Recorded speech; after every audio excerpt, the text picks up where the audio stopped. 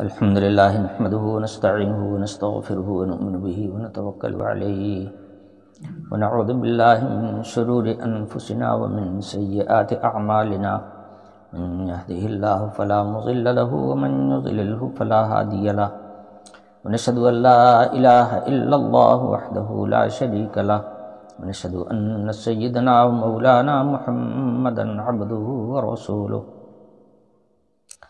أرسله الله إلى الناس كافة بشيرا ونذيرا وداعيا إلى الله بإذنه وسراجا منيرا أما بعد فأعوذ بالله من الشيطان الرجيم بسم الله الرحمن الرحيم وآتينا موسى الكتاب وجعلناه هدى لبني إسرائيل ألا تتخذوا من دوني وكيلا ذرية من حملنا مع نوح إنه كان عبدا شكورا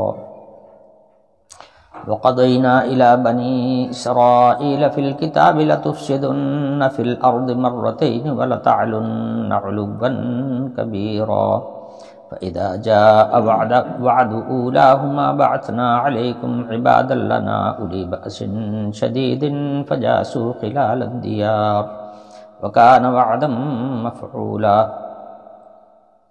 ثم رددنا لكم الكرة عليهم وأمددناكم بأموال وبنين وجعلناكم أكثر نفيرا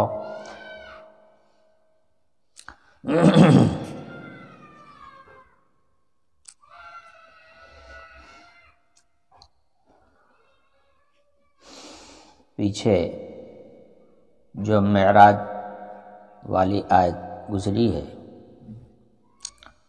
اس میں حق تعالی شانہ نے فرمایا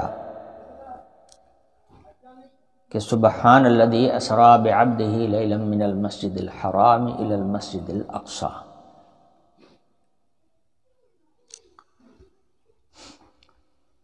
پاک ہے وہ ذات جس نے آپ کو رات میں چلایا مسجد حرام سے مسجد اقصی تک، جس کے ارد گرد کو ہم نے بابرکت بنایا ہے اور یہ سفر اس لیے کرایا گیا لنریہ من آیاتنا، تاکہ ہم آپ کو عجائبات قدرت دکھاویں۔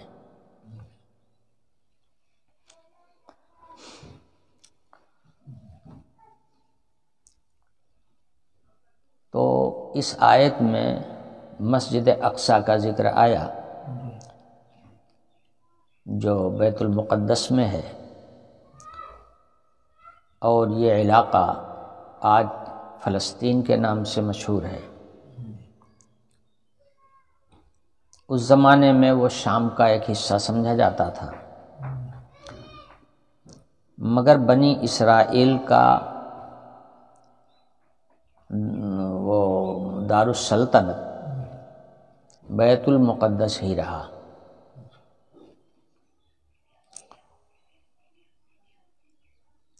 یہ شہر حضرت ابراہیم علیہ السلام کا بسایا ہوا ہے، اس طرح پر کہ حضرت ابراہیم علیہ السلام کے چھوٹے بیٹے حضرت اسحاق یہیں پر رہے اور ان کی اولاد یہیں پر پھیلی پھولی۔ حضرت اسحاق علیہ السلام کے بیٹے حضرت یعقوب علیہ السلام ہیں، جن کو اللہ تعالیٰ نے 12 بیٹے عطا کیے تھے، اور یہ سب بڑے بہادر، شجاع، مدبر، بہت ساری خوبیاں اور کمالات ان کے اندر موجود تھے۔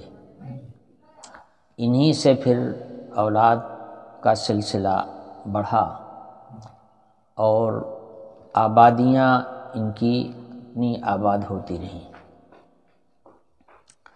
پہلے تو وہ کنعان کا علاقہ کہلاتا تھا، بعد میں یہ خاندان کنعان سے منتقل کیا گیا مصر۔ وہ اس طرح سے کہ حضرت یعقوب علیہ السلام کے ایک بیٹے حضرت یوسف علیہ السلام بھی تھے، ان کے ساتھ ان لوگوں کی یعنی 11 بھائیوں کی یا بلکہ کہہ لیجیے 10 بھائیوں کی بدسلوکی اور بد اخلاقی اس کا سبب بنی، اور ایک عجیب و غریب انداز سے حضرت یوسف علیہ السلام کو بحکم خداوندی کنعان سے مصر منتقل کر دیا گیا۔ وہ اسباب پیدا ہوتے رہے کہ جس سے یہ خاندان مصر میں آ کر آباد ہو جائے، چنانچہ ہوا وہی جو اللہ کا فیصلہ تھا کہ مصر میں یہ خاندان آ کر کے آباد ہوا، اور صرف آباد ہی نہیں ہوا بلکہ مصر کی حکومت ان کے ہاتھ میں آ گئی۔ بادشاہ مصر نے اپنے سامنے حضرت یوسف علیہ السلام کے سر پر اپنا تاج رکھا، اور یہ بادشاہ مصر بن گئے۔ اب اس خاندان میں بادشاہت کا سلسلہ شروع ہو گیا۔ اس قوم کے اندر بادشاہ بھی پیدا ہوتے رہے اور پیغمبر بھی آتے رہے۔ اللہ پاک نے حضرت ابراہیم علیہ السلام سے وعدہ کیا تھا، یا یوں کہہ لیجئے کہ حضرت ابراہیم علیہ السلام کو اللہ پاک نے بتایا تھا کہ میں تمہیں دنیا کا امام بناؤں گا۔ اس طرح سے دنیا کی امامت کا درجہ اس خاندان کو حاصل ہوا، اس طرح پر کہ انبیاء علیہ السلام جو علم کا منبع اور سرچشمہ ہوتے ہیں وہ بھی اسی خاندان میں آتے رہے، اور ان کو سنبھالنے کے لیے بادشاہ بھی انہی کے اندر پیدا ہوتے رہے۔ اور فلسطین کو اور بیت المقدس کو جو بزرگی اور شرف حاصل تھا وہ اپنی جگہ پر ہمیشہ قائم رہا۔ یہ لوگ کہیں بھی رہے مگر ان کا دل اپنے وطن سے لگا رہتا تھا، اور وطن کا تقدس ان کے دلوں میں بسا ہوا تھا۔ چنانچہ جو بھی بعد میں پیغمبر آئے انہوں نے اپنا وطن بیت المقدس بنانے کو اپنے لیے باعث سعادت سمجھا اور باعث شرافت سمجھا۔ اگر وہاں نہیں رہ سکے، باہر کہیں رہے، تو اپنی زندگی میں ہی وہ وصیت کر جاتے تھے کہ میری زندگی کہیں بھی گزری ہو مگر میرا مدفن وہی ہونا چاہیے جہاں حضرت ابراہیم علیہ السلام کا بسایا ہوا شہر ہے۔ اس طرح سے گویا انبیاء علیہ السلام کا مرکز بھی رہا، انبیاء علیہ السلام پر وحی بھی آتی رہی، اور ہر اعتبار سے ایک مذہبی مقام ہونے کی وجہ سے اور قبلہ دوم ہونے کی وجہ سے، پہلا قبلہ تو خانہ کعبہ تھا مگر یہ بعد کے لوگوں کے لیے قبلہ بنا دیا گیا تھا، اور اس زمانے کے جو انبیاء اور بزرگان دین یا دیندار طبقے کے لوگ ہوتے تھے وہ رخ اپنا بیت المقدس کی طرف کیا کرتے تھے۔ چنانچہ رسول اللہ صلی اللہ علیہ وسلم بھی کافی دنوں تک، جب نماز فرض ہوئی ہے تو تقریباً 17 مہینے حضور نے بھی بیت المقدس کی طرف ہی رخ کر کے نماز پڑھی ہے، مگر 17 مہینے کے بعد پھر قبلے کو بدل دینے کا حکم آ گیا کہ آپ کے آبا اور اجداد کا اور حضرت آدم علیہ السلام کے زمانے سے بعد تک جو قبلہ رہا ہے وہ خانہ کعبہ رہا ہے، اس لیے اب آپ کا قبلہ وہی ہونا چاہیے جو آپ کے باپ دادا کا قبلہ تھا۔ چنانچہ حضور نے رخ پھیر لیا تھا۔ بہرحال کہنے کا مطلب یہ ہے کہ وہ قبلہ دوم بھی رہا، اور تمام انبیاء علیہم السلام یعنی بہت سارے انبیاء کا وہ مسکن بھی رہا، مدفن بھی رہا، اور وہاں پر انبیاء علیہم السلام آتے رہے، جس کے نتیجے میں حضرت جبریل کا آنا ہوتا رہا، وحی کا نزول اس سرزمین پر ہوتا رہا، اس لیے وہ سرزمین نہایت مقدس سرزمین سمجھی گئی اور ہر زمانے میں رہی۔ کسی زمانے میں بھی بیت المقدس کی سرزمین کو کسی نے نیچی نگاہ سے، رذیل نگاہ سے نہیں دیکھا، سوائے ان مدہوش لوگوں کے جن کو اللہ تعالیٰ نے فساد پیدا کرنے کے لیے پیدا کیا تھا۔ ان کے علاوہ باقی سب نے بیت المقدس اور خانہ کعبہ کی سرزمین کا ہمیشہ احترام کیا ہے۔ یہ جگہیں مقدس رہی ہیں، محترم رہی ہیں۔ بہرحال میں عرض یہ کر رہا تھا کہ بیت المقدس کا تذکرہ اس آیت میں کیا گیا، گویا اس بات کی طرف اشارہ تھا کہ یہ بیت المقدس کا علاقہ تم اس کے تقدس کو برقرار نہیں رکھتے ہو، تم منمانیاں کرتے ہو، دی تو گئی تھی یہ سرزمین تم کو، مگر تم اس کی بے حرمتی کر رہے ہو، تم اس سرزمین پر رہتے ہو، فائدہ اٹھاتے ہو، دنیاوی اور مادی فائدہ اٹھاتے ہو، مگر اللہ کے حکموں کی نافرمانی کرتے ہو، اللہ کے حکموں سے سرتابی کرتے ہو، انبیاء کی نافرمانی کرتے ہو۔ اب یہ علاقہ تمہارے ہاتھ سے نکال کر کے محمد صلی اللہ علیہ وسلم کی امت کے ہاتھوں میں جانے والا ہے۔ بس یہ اشارہ دینے کے لیے حضور اکرم صلی اللہ علیہ وسلم کو حرم شریف سے اٹھا کر کے بیت المقدس لے جایا گیا۔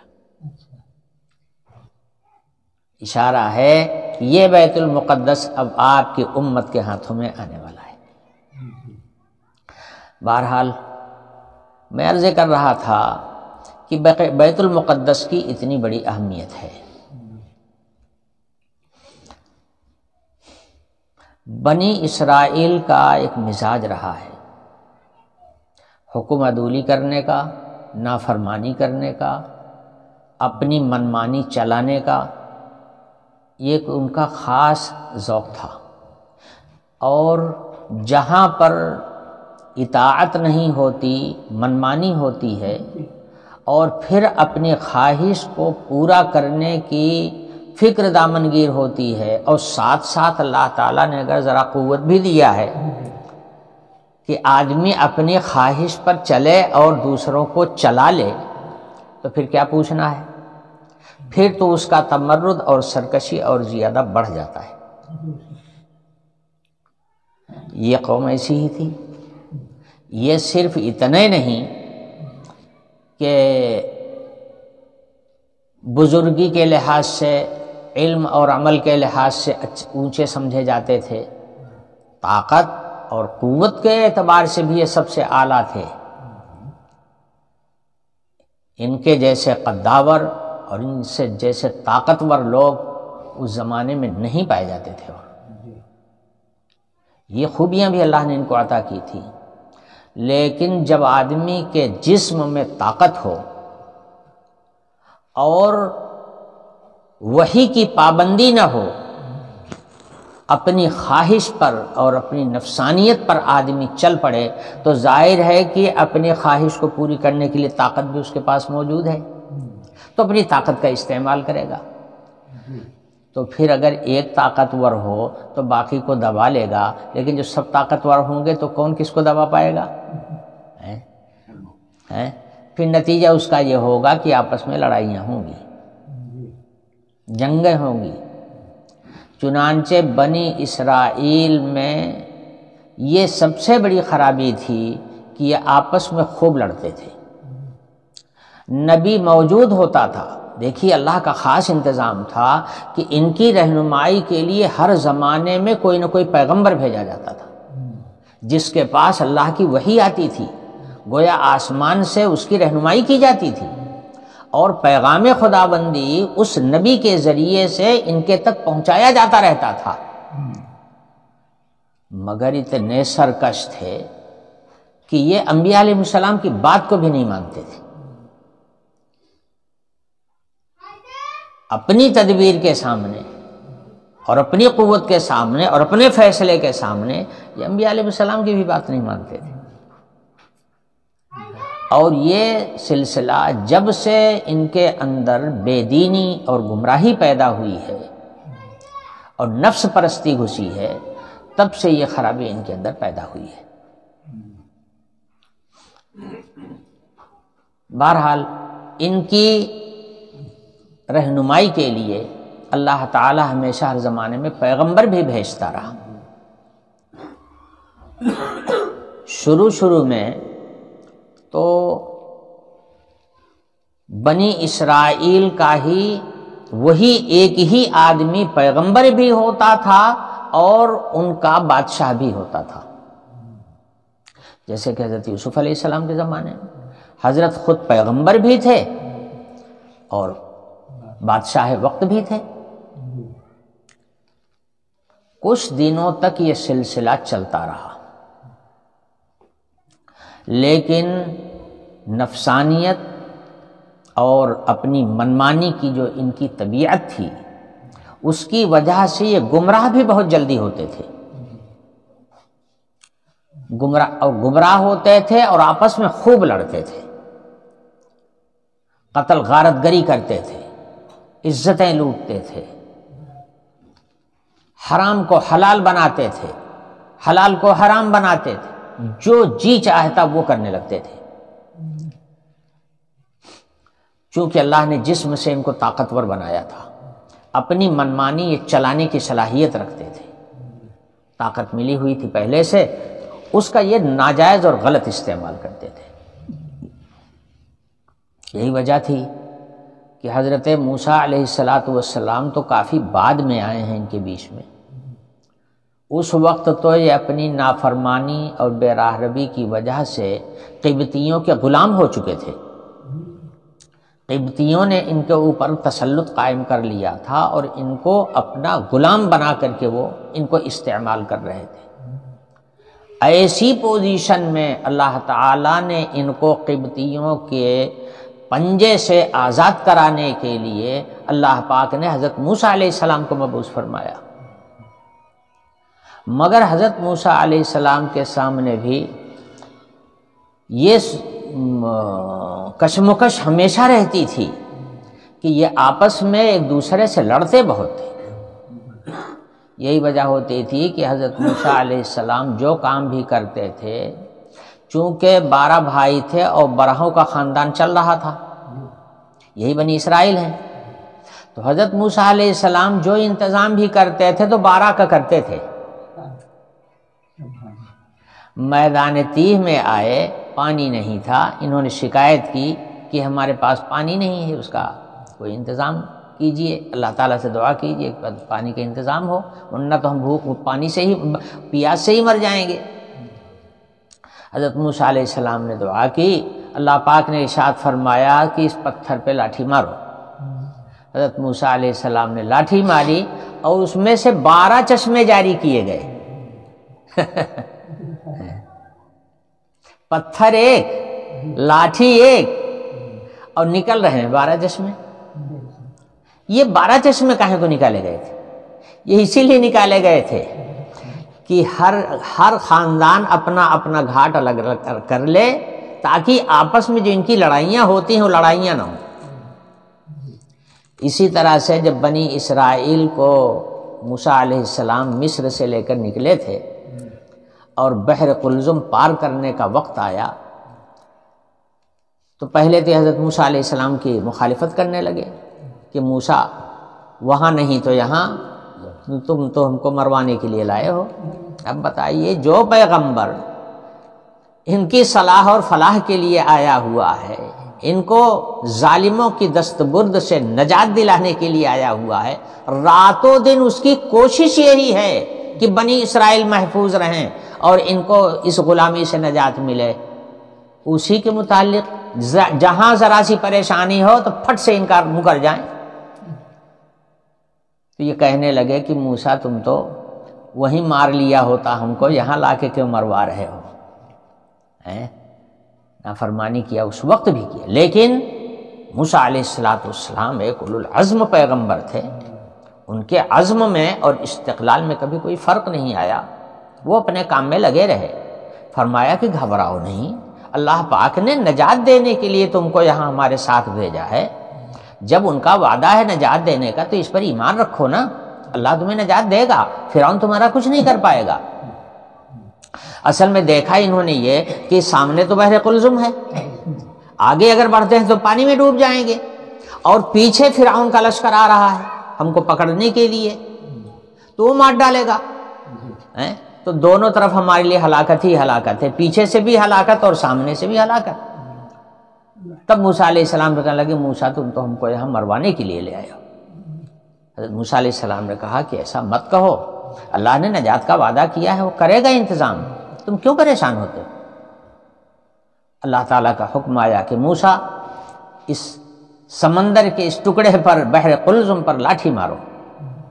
حضرت موسیٰ علیہ السلام نے لاٹھی ماری تو 12 راستے نکلے 12۔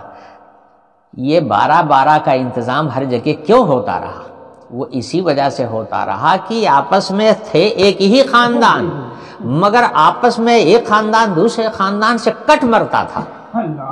تو موسیٰ علیہ السلام جو کام بھی کرتے تھے وہ 12 کا لحاظ کر کے کرتے تھے تاکہ ان کی آپس کی لڑائیاں نہ ہو۔ اتنے یہ لڑاکو تھے۔ کچھ زمانے تک تو پیغمبر ہی ان کی سیادت اور قیادت بھی کرتا رہا، یعنی حکومت بھی پیغمبر کے ہاتھ میں رہی، نبوت بھی پیغمبر کے ہاتھ میں رہی۔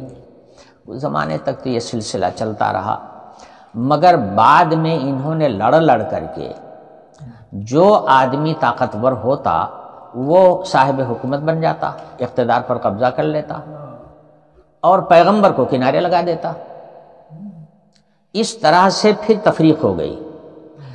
ایک بادشاہ جو ہوتا تھا وہ بالکل آزاد ہوتا تھا، وہ کیسا بھی ہو، بنی اسرائیلی ہو بس، اور جو ایک پیغمبر ان کے ساتھ میں بھیجا جاتا تھا اس بادشاہ کی رہنمائی کے لیے۔ یہ اللہ تعالیٰ نے انتظام کر دیا تھا۔ یہ بنی اسرائیل پر اللہ تعالیٰ کا خصوصی انعام تھا۔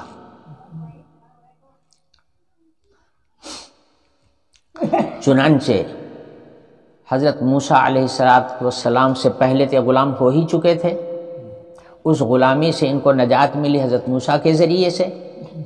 اب آزادی ملی تو حضرت موسیٰ علیہ السلام نے پھر اسی روش کو قائم فرمایا کہ حکومت اور نبوت ایک ہی شخص کے پاس ہونی چاہیے، یعنی جو نبی ہو وہی صاحب اقتدار بھی ہو۔ چنانچہ حضرت موسیٰ علیہ السلام ان کی قیادت کرتے رہے۔ حضرت موسیٰ علیہ السلام کی وفات سے پہلے یہ پیغمبری حضرت یوشع ابن نون علیہ السلام کو دے دی گئی تھی، یعنی حضرت موسیٰ علیہ السلام ابھی آخری دور میں موجود تھے، اور حضرت یوشع علیہ السلام کو نبی بنا دیا گیا تھا۔ چنانچہ حضرت موسیٰ علیہ السلام کے بعد حضرت یوشع علیہ السلام نبی ہوئے، اور بنی اسرائیل کی قیادت کی جو باغ ڈور تھی وہ بھی انہی کے ہاتھ میں رہی۔ چنانچہ انہوں نے بنی اسرائیل کو بالکل اسی طرز پر چلایا جس طرز پر حضرت موسیٰ علیہ السلام کو دیکھا تھا۔ جو طریقہ کار حضرت موسیٰ کا تھا وہی طریقہ کار حضرت یوشع کا بھی رہا۔ حضرت یوشع علیہ السلام کی حکومت 31 سال تک رہی۔ اس کے بعد یہ موت و زندگی تو سب کے لیے مقدر ہے، یہاں یہ دنیا ہمیشہ رہنے کے لیے ہے نہیں کسی کو بھی، تو ان کی بھی موت کا وقت آیا۔ تو اب حکومت کس کو دی جائے؟ تو پیغمبری تو نہیں ملی شاید، مگر قیادت جو آئی بنی اسرائیل نے مل کر کے جس کو اپنا حکمراں تسلیم کیا، وہ حضرت ہارون علیہ السلام کے پوتے تھے جن کا نام تھا فیخاس ابن الیعزر۔ فیخاس ابن الیعزر یہ خلیفہ ہوئے حضرت یوشع علیہ السلام کے، مگر طرز ان کا بھی وہی تھا۔ حضرت موسیٰ علیہ السلام کے زمانے سے ایک دستور چلا آ رہا تھا کہ سال میں ایک دفعہ مجمع ہوتا تھا جس میں سارے بنی اسرائیل اکٹھا ہوتے تھے اور تورات کی تلاوت ہوتی تھی اور تورات کے احکام بیان کیے جاتے تھے۔ حضرت موسیٰ علیہ السلام کی زندگی میں تو ہر سال یہ پروگرام ہوتا تھا۔ یہ بات ذہن میں رکھیے کہ اس وقت نہ اس طرح اسکول تھے، نہ کالج تھے، نہ مدرسے تھے، کچھ نہیں تھا۔ علم دینے کا ذریعہ صرف یہی تھا کہ ان کو جمع کر کے ان کو باتیں بتائی جائیں، وہی کی باتیں ان کے سامنے بیان کی جائیں، لوگ سن سن کر کے جائیں، پھر اس کے بعد اس پر عمل کریں، یہی ایک ذریعہ تھا۔ تو حضرت موسیٰ علیہ السلام کے زمانے میں تو ہر سال یہ اجتماع ہوتا رہا بنی اسرائیل کا۔ حضرت یوشع علیہ السلام کا زمانہ آیا تو لکھا ہے مورخین نے کہ وہ اس مجمع کو صرف اپنی زندگی میں 7 مرتبہ کر پائے ہیں۔ 7 مرتبہ یہ اجتماع ہوا، جہاں ہر سال یہ اجلاس ہوتا تھا، اور اسی کے بیچ میں پیغمبر سارے اللہ کے پیغامات لوگوں کو پہنچاتا تھا، ہر سال ہوتا تھا۔ حضرت یوشع کے زمانے میں صرف ان کی زندگی میں 31 سال کی زندگی میں صرف 7 مجمع ہوا ہے۔ اس کے بعد پھر جب فیخاس ابن الیعزر کا زمانہ آیا ہے، جن کا دور حکومت صرف 20 سال رہا، تو اس میں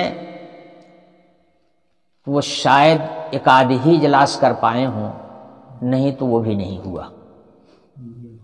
یعنی اتنی افراتفری پیدا ہوتی چلی جا رہی تھی دن بدن کہ یہ اکٹھا نہیں ہوتے تھے، اجتماع ان کا نہیں ہوتا تھا، کسی ایک کی قیادت پر متفق نہیں ہوتے تھے، آپس کی لڑائیاں ان کی چلتی رہتی تھی۔ سب سے زیادہ حیرت ناک بات یہ ہے کہ حضرت یوشع کا زمانہ 31 سال اور حضرت فیخاس کا زمانہ 20 سال، 31 اور 20 ملا کر کل 51 سال بنتے ہیں۔ جب حضرت فیخاس ابن الیعزر کی وفات ہو گئی تو ان لوگوں نے بنی اسرائیل نے جس آدمی کو بادشاہت کے لیے، اپنی بادشاہت کے لیے انتخاب کیا، اس کا نام تھا سور سیدہ، تھا تو بنی اسرائیلی، لیکن کچھ ہی دنوں کے بعد اقتدار میں جب آ گیا اور اپنی طاقت کو آزما لیا اس نے، تو سارے بنی اسرائیل کو لے کر کے وہ مرتد ہو گیا تھا۔ اس نے یہ دین موسوی چھوڑ کر کے بت پرستی کا راستہ اختیار کر لیا تھا۔ تو صحیح پوچھئے تو حضرت موسیٰ علیہ السلام کا لایا ہوا دین تو 51 سال کے بعد ہی سب ختم کر دیا تھا انہوں نے۔ یہ اتنی گمراہ قوم تھی۔ اور اس کے بعد پھر کوئی چونکہ پیغمبروں کے آنے کا سلسلہ جاری تھا، پھر کوئی پیغمبر آیا، پھر کوئی پیغمبر آیا۔ ایک وقت وہ بھی آیا جب جالوت نے ان کے اوپر شکنجہ کسا اور ان کو مار مار کر کے اس نے اپنا غلام بنایا، جالوت نے۔ تو اللہ تعالیٰ نے اس زمانے میں حضرت داؤد علیہ السلام کو پیغمبری عطا کی تھی، اور بادشاہ جو بنی اسرائیل کا تھا وہ اس کا نام طالوت تھا۔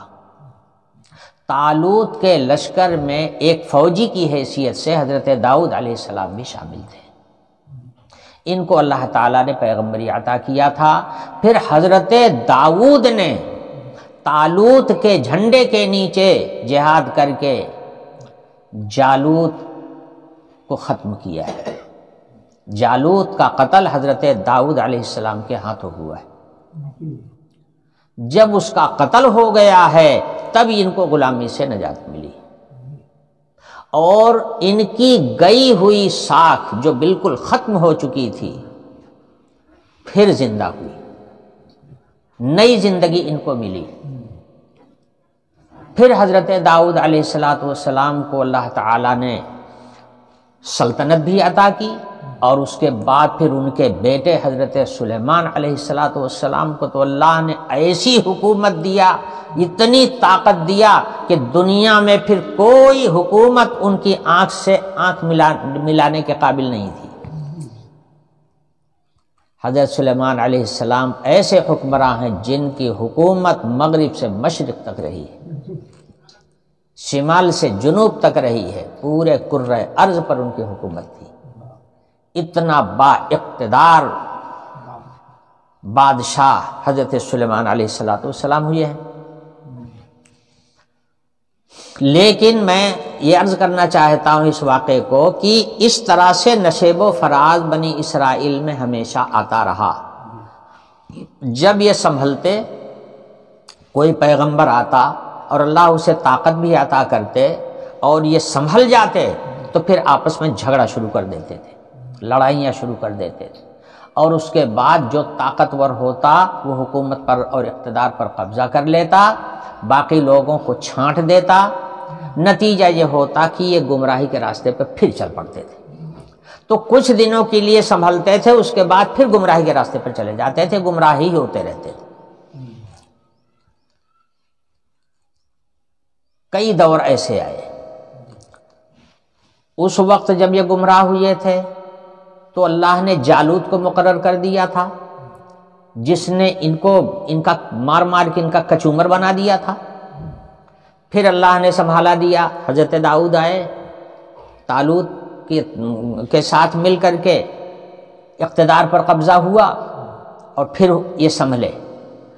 کچھ زمانے تک تو یہ سنبھلے رہے، مگر اس کے بعد پھر یہ بگڑ گئے۔ یہ بگڑتے ہی رہتے تھے۔ بے دینی اور گمراہی ان کی گھٹی میں پلی ہوئی تھی، اور بے دینی گمراہی آتی کہاں سے ہے؟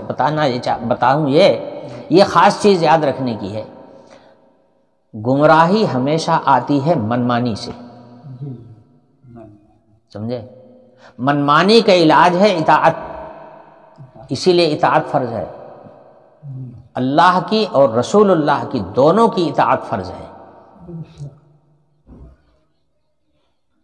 اللہ کی اطاعت یہی ہے کہ اللہ کا حکم سامنے آوے فوراً اس کے سامنے سر جھک جائے، عمل اپنا ہمیشہ اللہ کے فرمان کے مطابق بنایا جائے۔ اپنے عمل کو اگر اللہ کے فرمان سے الگ کر لیا جائے گا تو پھر تو آزادی اور شیطانی ہو جائے گی۔ اسی منمانی کے وہ شکار تھے، اور یہ منمانی ان کو ہمیشہ گمراہ کرتی رہتی تھی۔ وقفے وقفے سے یہ اتنے گمراہی ہوئے کہ انہوں نے بجائے عام بنی اسرائیل کے انبیاء علیہ السلام کے اوپر بھی ہاتھ صاف کرنا شروع کر دیا۔ ایسے دو دور کا تذکرہ آیت میں آ رہا ہے، اور اس کی خبر اس زمانے میں جو پیغمبر تھے ان کے ذریعے سے ان کو دے دی گئی تھی کہ تم دنیا میں فساد کرو گے اور تعلی دکھاؤ گے، تکبر ظاہر کرو گے، دنیا کے سامنے تم اپنی منمانی چلاؤ گے اور گمراہ ہوگے، پھر میں تمہارے اوپر ایسے لوگوں کو مسلط کروں گا جو تمہیں پیٹ پیٹ کر کے پھر انسان بنائیں گے۔ یہ پٹائی کرنے والے جو تھے یہ کوئی نیک لوگ نہیں تھے، یہ نہایت ہی بے دین اور گمراہ لوگ تھے، مگر سزا دینے کے لیے تو پھر ایسے ہی لوگ مسلط کیے جاتے ہیں جو نہ کسی کی سنیں نہ کچھ دیکھیں، اور جو جی میں آوے وہ کر جاویں، اسی طرح سے جیسے درندہ ہوتا ہے۔ درندہ شکار کے اوپر جو چاہتا ہے، جس طرح سے چاہتا ہے اس طرح سے حملہ کرتا ہے، وہ کسی کے اصول اور قانون کو نہیں جانتا۔ تو ایسے درندوں کو اللہ تعالیٰ مسلط کر دیتے ہیں کسی قوم کو سیدھا کرنے کے لیے، یہ اللہ تعالیٰ کا دستور رہا ہے۔ 2 مرتبہ بنی اسرائیل نے اپنی گمراہی کی اتنی حد پار کر دیا کہ اللہ کے بھیجے ہوئے پیغمبروں تک پر انہوں نے اپنا ہاتھ صاف کیا۔ تو اللہ تعالیٰ نے ان کی درستگی کے لیے دوسرے کافر بادشاہوں کے ان کے سر پر مسلط کیا، جنہوں نے ان کی دھجیاں اڑا دی، ان کی صورت کو مسخ کر دیا ایک دم۔ 2 دور ایسے آئے۔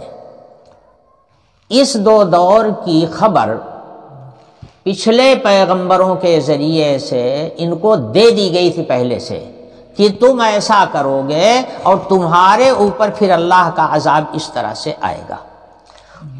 اصل میں بتانا وہی ہے۔ اس کے لیے آیت یہاں سے شروع ہو رہی وَآتَيْنَا مُوسَى الْكِتَابَ وَجَعَلْنَاهُ هُدًى لِبَنِي إِسْرَائِيلَ أَلَّا تَتَّخِذُوا مِن دُونِي وَكِيلًا۔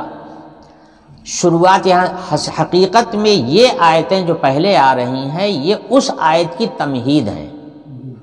اصل مقصد ان 2 وعدوں کو بتانا ہے کہ 2 وقت تمہارے اوپر بہت برے آئیں گے، اور برے اس لیے آئیں گے کہ تم برے ہو جاؤ گے، اس لیے تمہاری ٹھوکائی کرنے کے لیے میں تم سے زیادہ برے لوگوں کو تمہارے اوپر مسلط کروں گا۔ یہ پیشین گوئی پچھلے پیغمبروں نے دی تھی، اسی کا قرآن اعادہ کر رہا ہے، سمجھے؟ اور وہ ہوا، جب قرآن نازل ہوا تو وہ دونوں واقع ہو چکے تھے، اس کی طرف قرآن آیت میں اشارہ ہے۔ وہ اصل میں آیت ہے وَقَضَيْنَا إِلَىٰ بَنِي إِسْرَائِيلَ فِي الْكِتَابِ لَتُفْسِدُنَّ فِي الْأَرْضِ مَرَّتَيْنِ وَلَتَعْلُنَّ عُلُوًّا كَبِيرًا۔ ہم نے وحی کے ذریعے سے بنی اسرائیل کو مطلع کر دیا تھا۔ اب یہاں پر لفظ کتاب کا بھی آ رہا ہے کہ کتاب کے اندر بہت ممکن ہے کہ وہ صحیفہ تورات میں موجود ہو، اور یہ بھی ہو سکتا ہے کہ تورات میں نہ ہو مگر کوئی صحیفہ آسمانی نازل ہوا ہو، اس کتاب کے اندر یہ بات لکھ دی گئی تھی۔ کیا لکھی گئی تھی؟ لَتُفْسِدُنَّ فِي الْأَرْضِ مَرَّتَيْنِ، تم 2 مرتبہ دنیا میں فساد برپا کرو گے، ہلاکتیں مچاؤ گے، بربادی کرو گے، پھر وَلَتَعْلُنَّ عُلُوًّا كَبِيرًا، اور تم اپنی بلندی اور برتری ظاہر کرنے کے لیے کچھ تو خون سے باز نہیں رہو گے، اور جتنا کچھ فساد مچا سکتے ہو اتنا فساد تم مچاؤ گے۔ فَإِذَا جَاءَ وَعْدُ أُولَاهُمَا بَعَثْنَا عَلَيْكُمْ عِبَادًا لَنَا أُولِي بَأْسٍ شَدِيدٍ فَجَاسُوا خِلَالَ الدِّيَارِ وَكَانَ وَعْدًا مَفْعُولًا۔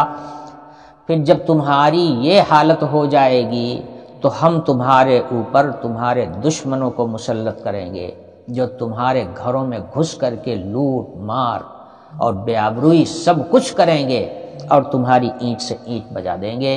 یہ سب ہونے والا ہے، یہ پہلے سے اطلاع کی گئی تھی۔ اصل مضمون یہ ہے جس کو بیان کرنا ہے، مگر پہلے فرمایا جا رہا ہے وَآتَيْنَا مُوسَى الْكِتَابَ وَجَعَلْنَاهُ هُدًى لِبَنِي إِسْرَائِيلَ أَلَّا تَتَّخِذُوا مِن دُونِي وَكِيلًا، کہ ہم نے موسیٰ علیہ السلام کو کتاب دیا تھا، اور اس کتاب تورات کو ہم نے ہدایت کا سامان بنایا تھا بنی اسرائیل کے لیے خاص طور پر۔ اس کتاب میں ہم نے یہ لکھ دیا تھا یا یہ بتا دیا گیا تھا کہ اللہ تتخذوا من دونی وکیلا، مجھے چھوڑ کر اور کسی کو اپنا کارساز مت سمجھنا، کارساز صرف مجھے سمجھنا اور کسی کو مت سمجھنا۔ لڑائی کیوں ہوتی ہے؟ آدمی کی نظر جب اللہ سے ہٹ کر اسباب پر چلی جاتی ہے، وہ یہ جاننے لگتا ہے کہ اگر یہ زمین جائیداد ہماری رہے گی تب تو ہماری زندگی ہے، اور اگر یہ زمین جائیداد ہمارے ہاتھ سے نکل گئی تو ہماری زندگی بیکار ہے، یعنی ہم اب زندگی ہماری کسی کام کی نہیں رہ گئی۔ یا یہ کہ ہم بھوک سے مر جائیں گے، ہماری جو ضرورت پوری ہو رہی اسی زمین سے پوری ہو رہی ہے، یہ اللہ تعالیٰ پر توکل اور بھروسے کے خلاف ہے۔ جب آدمی زمین کو اپنا کارساز سمجھے گا تو اسی زمین کے لیے مر مٹے گا، اور جب اس کی نظر اس پر ہوگی کہ روزی دینے والی ذات اللہ پاک کی ہے، وہ روزی ہمیں دے گا چاہے جس طرح سے دے گا، مگر روزی دینے والا وہ ہے، نہ یہ زمین روزی دینے والی ہے، نہ یہ جائیداد روزی دینے والی ہے، نہ یہ نوکری روزی دینے والی ہے، روزی دینے والا اللہ ہے، اور وہ دے گا چاہے جس طرح سے دے گا۔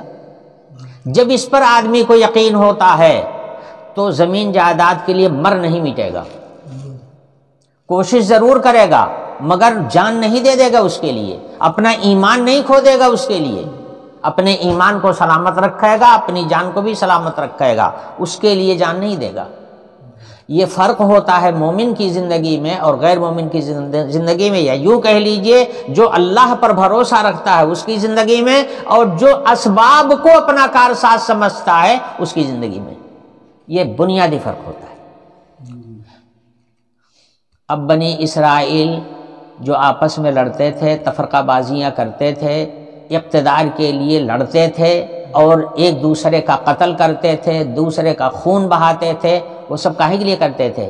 وہ یہ جانتے تھے کہ اقتدار ہمارے ہاتھ میں رہے گا تبھی ہم جیئیں گے، اور اقتدار ہمارے ہاتھ سے نکل گیا تو ہماری زندگی بیکار ہو جائے گی۔ یہ سمجھنے کی وجہ سے یہ غلط روش کا شکار ہوئے۔ تو یہ بات تو ہم نے لکھ دیا تھا تورات کے اندر کہ اللہ تتخذوا من دونی وکیلا، میرے علاوہ اور کسی کو کارساز مت سمجھنا۔ اور یہ بھی کہا تھا ذریۃ من حملنا مع نوح، اے ان لوگوں کی اولاد جن کو ہم نے نوح علیہ السلام کے ساتھ کشتی پر سوار کیا تھا، تم ان کی اولاد ہو، ساری دنیا کو غرق کر دیا تھا اور تم کو بچا لیا تھا۔ تم نوح علیہ السلام کی کشتی میں تھے، تمہیں ہم نے بچا لیا تھا۔ دنیا پوری غرق ہونے کے بعد میں یہ دنیا کی نئی نشأت ہے جو حضرت نوح علیہ السلام کے زمانے میں ہوئی ہے، دنیا دوبارہ پھر آباد ہوئی ہے، اور صرف حضرت نوح علیہ السلام کے 3 بیٹے جو باقی رہ گئے تھے تو 4، مگر کنعان تو غرق ہی ہو گیا تھا کافروں کے ساتھ رہ کر کے، باقی بچے تھے 3 بیٹے، حام، سام، یافس، انہی سے پھر دوبارہ دنیا آباد ہوئی۔ تو انہی میں سے تو یہ بھی ہیں بچے ہوئے لوگوں میں سے، تو فرمایا ذریۃ من حملنا مع نوح، اے ان لوگوں کی اولاد جن کو ہم نے نوح علیہ السلام کے ساتھ کشتی پر سوار کر کے طوفان نوح سے بچا لیا تھا۔ انہ کان عبدا شکورا، وہ حضرت نوح علیہ السلام گویا جو تمہارے جد امجد ہیں، تم ان کی اولاد ہو، اور ان کا حال یہ تھا کہ وہ اللہ کے شکر گزار بندے تھے۔ حضور اکرم صلی اللہ علیہ وسلم نے ارشاد فرمایا کہ حضرت نوح علیہ السلام جب کوئی کام کرتے تھے تو بسم اللہ کے ساتھ شروع کرتے تھے، اور جب کسی کام کی تکمیل ہوتی تھی تو الحمدللہ کہتے تھے۔ یعنی یہ دعائیں جو رسول اللہ صلی اللہ علیہ وسلم سے منقول ہیں، یہ سب دعائیں حضرت نوح علیہ السلام کی تھیں، حضرت نوح ہر وقت۔ اسی لیے حضور اکرم صلی اللہ علیہ وسلم کا بھی معمول تھا کہ آپ ہر کام کے شروع کو بسم اللہ سے شروع کرتے تھے، اور ہر نعمت کی تکمیل پر الحمدللہ۔ اور دعائیں جو منقول ہیں احادیث کے اندر اور کتابوں میں، چھوٹی چھوٹی کتابوں میں آج لکھی ہوئی موجود ہیں، وہ ساری دعائیں اسی نوعیت کی۔ اللہ کے رسول کھانا کھاتے تو بسم اللہ کے ساتھ کھاتے، پانی پیتے تو بسم اللہ سے، اور جب کھانا کھا چکتے تو الحمدللہ الذی اطعمنا وسقانا وجعلنا مسلمین۔ ہر کام میں یہی۔ اگر بیت الخلا تشریف لے جاتے تو اللہم انی اعوذ بک من الخبث والخبائث، اور جب واپس تشریف لے آتے پیٹ کی صفائی ہو گئی، جو کدورت بھری ہوئی تھی اندر وہ نکل گئی، اس کا نکل جانا، اس غلاظت کا جو پیٹ کے اندر بھری ہوئی تھی اس کا نکل جانا اللہ کی نعمت ہے۔ تو جب حضرت خانے وہ پیشاب سے تشریف لا، غفرانک الحمدللہ الذی اذھب عنی الاذی وعافانی، اللہ تعالیٰ کی حمد۔ اسی طرح سے حضور اکرم صلی اللہ علیہ وسلم کی پوری زندگی میں یہی ہے، ہر کام کی ابتدا بسم اللہ سے، اور نعمت کی تکمیل ہو تو الحمدللہ سے، اور مانگنا کچھ ہو تو اللہ سے، خیر مانگنا ہو تو اللہ سے، اور شر سے پناہ مانگنا ہو تو وہ بھی اللہ سے۔ یہی آپ صلی اللہ علیہ وسلم کی زندگی ہے، تو آپ صلی اللہ علیہ وسلم کی ہی نہیں، تمام انبیاء علیہ السلام کی زندگی یہی ہے، ایسی ہی زندگی پیغمبر کی ہوتی ہے۔ تو فرمایا گیا ان بنی اسرائیل کو خاص طور سے کہ تم تو اپنے جد امجد کو دیکھو، حضرت نوح علیہ السلام، اس وقت حضور تو آئے نہیں تھے، حضور تو بعد میں آئے ہیں، تو ان کو وہ مثال دی گئی کہ تمہارے لیے نمونہ تمہارے جد امجد خود ہیں۔ حضرت نوح علیہ السلام کی زندگی ایسی ہی تھی، حضرت ابراہیم علیہ السلام کی زندگی بھی ایسی ہی تھی جو اطاعت سے بھری ہوئی ہے۔ تو تمہیں تو ان کی نقل کرنا چاہیے، تم یہ کافروں کی نقل پہ کب سے آ گئے؟ تم کو اللہ نے جو نعمتیں دی تھی تو اس لیے دی تھی کہ اللہ کی نعمتوں کے ذریعے سے اللہ کے دین کو پوری دنیا میں پھیلاؤ، اور جو نور تمہارے پاس آیا ہوا ہے اللہ کی کتاب کی شکل میں، اس نور کی روشنی پوری دنیا میں پہنچاؤ۔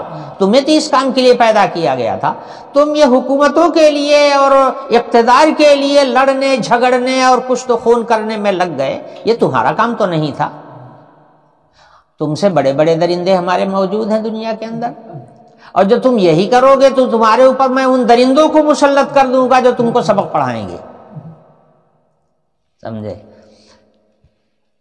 تو اس کے بعد فرمایا، گویا اشارہ اسی بات کی طرف ہے کہ تمہاری زندگی تو اطاعت سے اور رجوع الی اللہ سے، انابت الی اللہ سے بھری ہوئی ہونی چاہیے۔ یہ تم نے کون سا راستہ اختیار کر لیا درندوں والا؟ پھر آگے فرمایا جا رہا، وَقَضَيْنَا إِلَىٰ بَنِي إِسْرَائِيلَ فِي الْكِتَابِ لَتُفْسِدُنَّ فِي الْأَرْضِ مَرَّتَيْنِ وَلَتَعْلُنَّ عُلُوًّا كَبِيرًا۔ ہم نے اس کی اطلاع تم کو پہلے ہی دے دیا تھا کہ تم 2 دفعہ دنیا میں بڑا زبردست فساد مچاؤ گے، اور اتنا ہی بڑا عذاب تمہارے اوپر آئے گا۔ مختصراً میں عرض کر دوں چونکہ آیت سے متعلق ہے، ایک دفعہ تو انہوں نے ویسے تو میں بتا چکا ہوں کہ مختلف دور ان کے اوپر ایسے گزرتے رہے، مگر ان کا فساد کم ہوتا تھا تو سزا بھی ان کے اوپر کم آتی تھی۔ یہ جو قبطیوں کے غلام بنے تھے تو ایسے ہی فری میں تھوڑے بن گئے تھے، اللہ کی نافرمانی جب کیا تھا تو اللہ کا عذاب آیا، قبطیوں نے ان کو اپنا غلام بنا لیا۔ ایسے ہی جالوت کے زمانے میں بھی ہوا۔ ایسے ہی ایک بادشاہ تھا جس کا نام تھا ناشیہ ابن آموس۔ اس کے زمانے سے پہلے جو بادشاہ تھا اس کا نام کچھ اور تھا۔ اس کے زمانے میں حضرت شعیہ علیہ السلام پیغمبر تھے۔ نہ وہ بادشاہ پیغمبر کی بات کو مانتا تھا اور نہ بنی اسرائیل پیغمبر کی راہ پر چلتے تھے۔ بادشاہ ان کا وہ تھا۔ تو ہاں، اس کا نام تھا صدیقہ۔ صدیقہ بادشاہ کے زمانے میں یہ حضرت شعیہ علیہ السلام تھے، پیغمبر تھے۔ حضرت شعیہ علیہ السلام کی بات یہ لوگ مانتے انتے نہیں تھے۔ ایک دن اخیر میں جب وہ بالکل نا امید ہو گئے کہ میری کوئی بات نہیں مانیں گے، تو اللہ تعالیٰ نے فرمایا کہ تم ان کا اجلاس بلاؤ اور اس کے درمیان میں وحی بھیجوں گا تمہارے پاس، وہ وحی تم ان کو سنا دو۔ حضرت شایع علیہ السلام نے بہت لمبی تقریر کی اور اپنی جانب سے کچھ نہیں کہا، جو اللہ کی جانب سے آیا وہی انہوں نے بیان کیا۔ اس میں انہوں نے حضرت شایع علیہ السلام نے حضرت عیسیٰ علیہ السلام کی آمد کی بشارت بھی دی، جناب رسول اللہ صلی اللہ علیہ وسلم کی بشارت بھی دی کہ وہ گدھے والا پیغمبر بھی آئے گا، چونکہ حضرت عیسیٰ علیہ السلام کی سواری گدھا تھی، اور وہ اونٹ والا پیغمبر بھی آئے گا جس کو جناب رسول اللہ صلی اللہ علیہ وسلم کی سواری جو تھی وہ اصل تو اونٹی ہی کی سواری تھی۔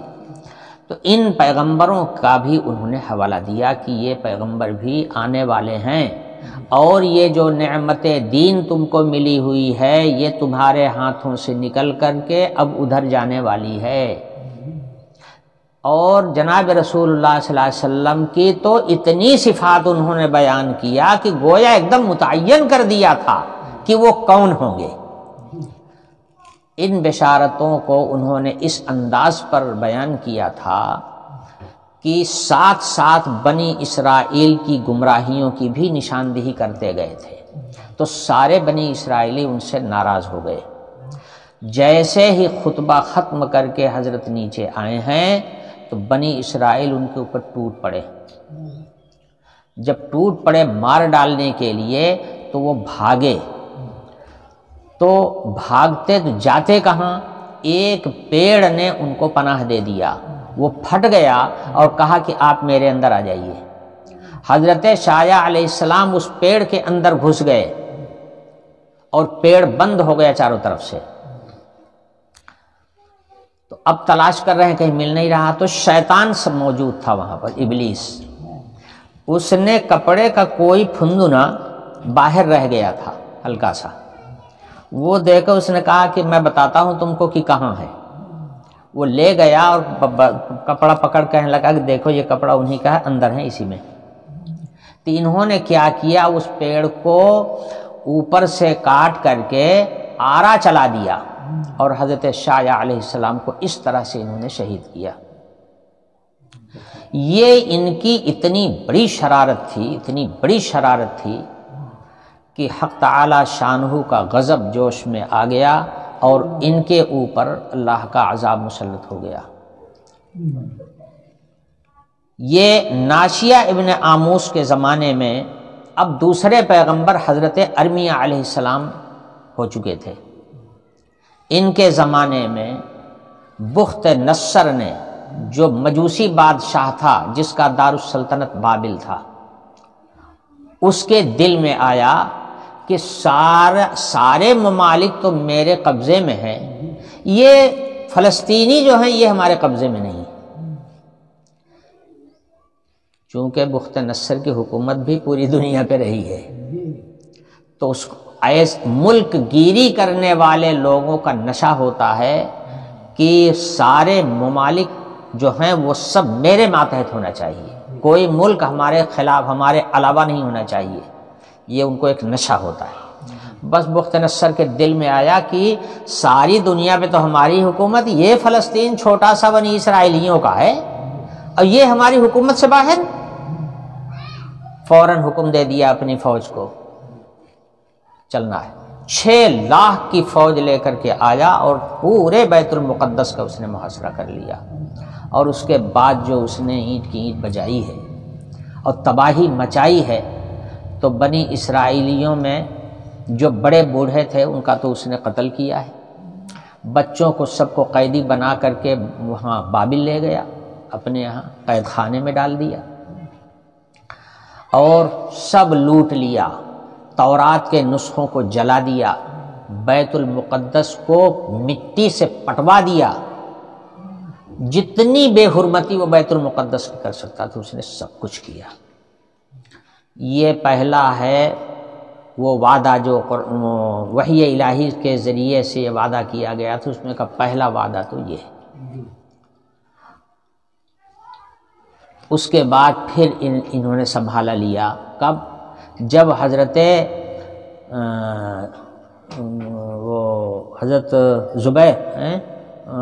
حضرت عزیر علیہ السلام کے زمانے میں، یہ انہی بچوں میں تھے جو بابل میں قید تھے۔ جب وہ لوٹ کر کے، اصل میں ہوا یہ ہے، اب ایک تو پورا واقعہ نہ بتا دے تو اپنے کو تسلی نہیں ہوتی۔ ادھر اس نے خوب تاخت و تاراج کیا، پورے بیت المقدس کو برباد کر کے رکھ دیا اور سب کو ان کو لے گیا۔ کچھ زمانہ گزر گیا، بچے سب جوان ہو گئے، تو یہ لوگ جو بچے کھچے تھے قید خانے میں، یہ روئے گڑ گڑائے۔ اب یہ سب لوٹ آئے اللہ کی طرف، اب اللہ کی طرف جھکنے لگے، اللہ سے مانگنے لگے، اللہ سے رونے لگے، گڑ گڑانے لگے، توبہ کرنے لگے۔ اللہ کو رحم آیا کہ انبیاء کی اولاد ہیں اللہ کا کو رحم آیا۔ تو ایران کے بادشاہ کے دل میں آیا کہ اس نے جا کر کے بخت نصر کے اوپر حملہ کر دیا، اور بخت نصر کی پوری حکومت کو اس نے تہس نہس کر دیا اور اپنا جھنڈا گاڑ دیا، اپنی حکومت قائم کر لیا۔ پھر اس بادشاہ کے دل میں اللہ نے ڈالا، اس ایرانی بادشاہ کے دل میں ڈالا کہ بنی اسرائیل کو آزاد کر دو، تو اس نے بنی اسرائیل کو آزاد کر دیا۔ اب جب بنی اسرائیل واپس بیت المقدس آئے تو نہ تو ان کے پاس کتاب ہے، نہ ان کے پاس نبی ہے۔ اب ان کی دینی اور دنیاوی دونوں اصلاح کا کوئی سامان ان کے پاس نہیں۔ تو حضرت عزیر علیہ السلام دہاڑے مار کر کے رونے لگے۔ لوگوں نے پوچھا کیوں رو رہے ہیں؟ کہنے لگے کہ بنی اسرائیل تو تباہ ہوئے ہی تھے، سب سے بڑی تباہی یہ ہے کہ اب ہمارے پاس کوئی کتاب نہیں۔ اللہ تعالیٰ نے حضرت عزیر علیہ السلام کے دل میں تورات کو پھر سے نازل فرما دیا، اب دوبارہ ان کو کتاب ملی۔ اب آہستہ آہستہ انہوں نے سنبھالا لیا، اور ایک مدت تک، کچھ دنوں تک تو یہ سنبھلے رہے، مگر بعد میں اسی اپنی عادت کے مطابق پھر بگاڑ پیدا ہوا، پھر فساد کرنے لگے۔ پھر آخر زمانہ آیا اس بادشاہ کا جس کا نام تھا خردوش۔ یہ وہ زمانہ ہے جب حضرت زکریہ علیہ السلام، حضرت یحییٰ علیہ السلام اور حضرت عیسیٰ علیہ السلام تھے۔ یہی بنی اسرائیل جب بگڑے ہیں تو پھر انہوں نے حضرت زکریہ علیہ السلام پر ہاتھ صاف کیا۔ حضرت زکریہ علیہ السلام کو انہوں نے قتل کر دیا، حضرت یحییٰ علیہ السلام کو بعد میں قتل کیا، حضرت عیسیٰ علیہ السلام کو بھی قتل کرنے کی پوری سازشیں مکمل کر چکے تھے، مگر اللہ تعالیٰ نے ان کو آسمان پر اٹھا لیا۔ اس طرح سے حضرت عیسیٰ بچے، ورنہ یہ تینوں پیغمبروں کو انہوں نے صاف کرنے کا فیصلہ کر لیا تھا۔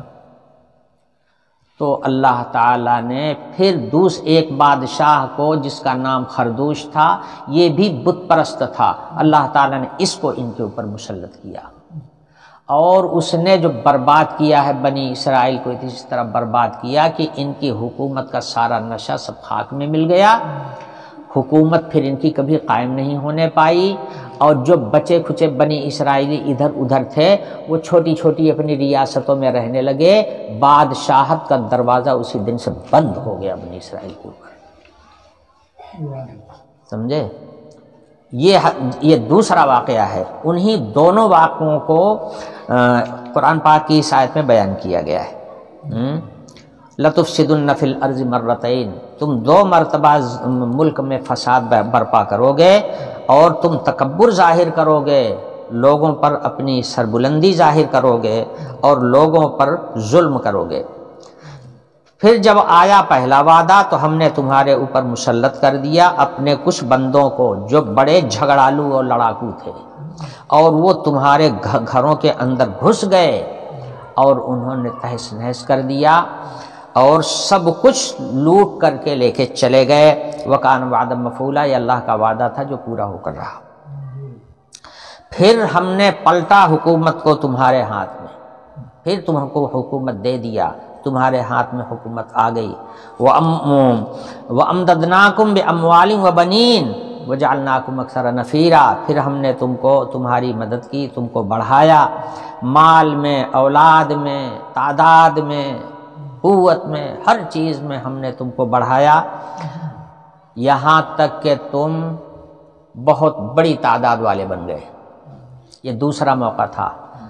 اور اس کے بعد شاید اگلی آیتوں میں وہ دوسرے وعدے کا بھی ذکر آئے گا جو کیا گیا تھا، اور میں نے بتا دیا آپ کو کہ دوسرا وعدہ تب پورا ہوا جب انہوں نے حضرت زکریا علیہ السلام کا قتل کیا، تو پھر اللہ کا عذاب آیا، خردوش نامی بادشاہ نے ان کے اوپر حملہ کیا اور پھر ان کو ایک دم سے برباد کر کے رکھ دیا، پھر ان کو حکومت کرنے کو نہیں ملی، یہاں تک کہ جناب رسول اللہ صلی اللہ علیہ وسلم آ گئے، اور پھر حضرت عمر رضی اللہ عنہ کے زمانے میں بیت المقدس فتح ہوا، پھر اسلامی جھنڈا وہاں لہرایا ہے، اس درمیان میں ان کو حکومت چیخنے کو نہیں ملی۔ بات بڑی لمبی ہے، مختصراً میں نے عرض کیا، اب جیسا آیت آئے گی انشاءاللہ اس کے مطابق بیان کرتا رہوں گا۔ وآخر دعوانا الحمدللہ رب العالمین۔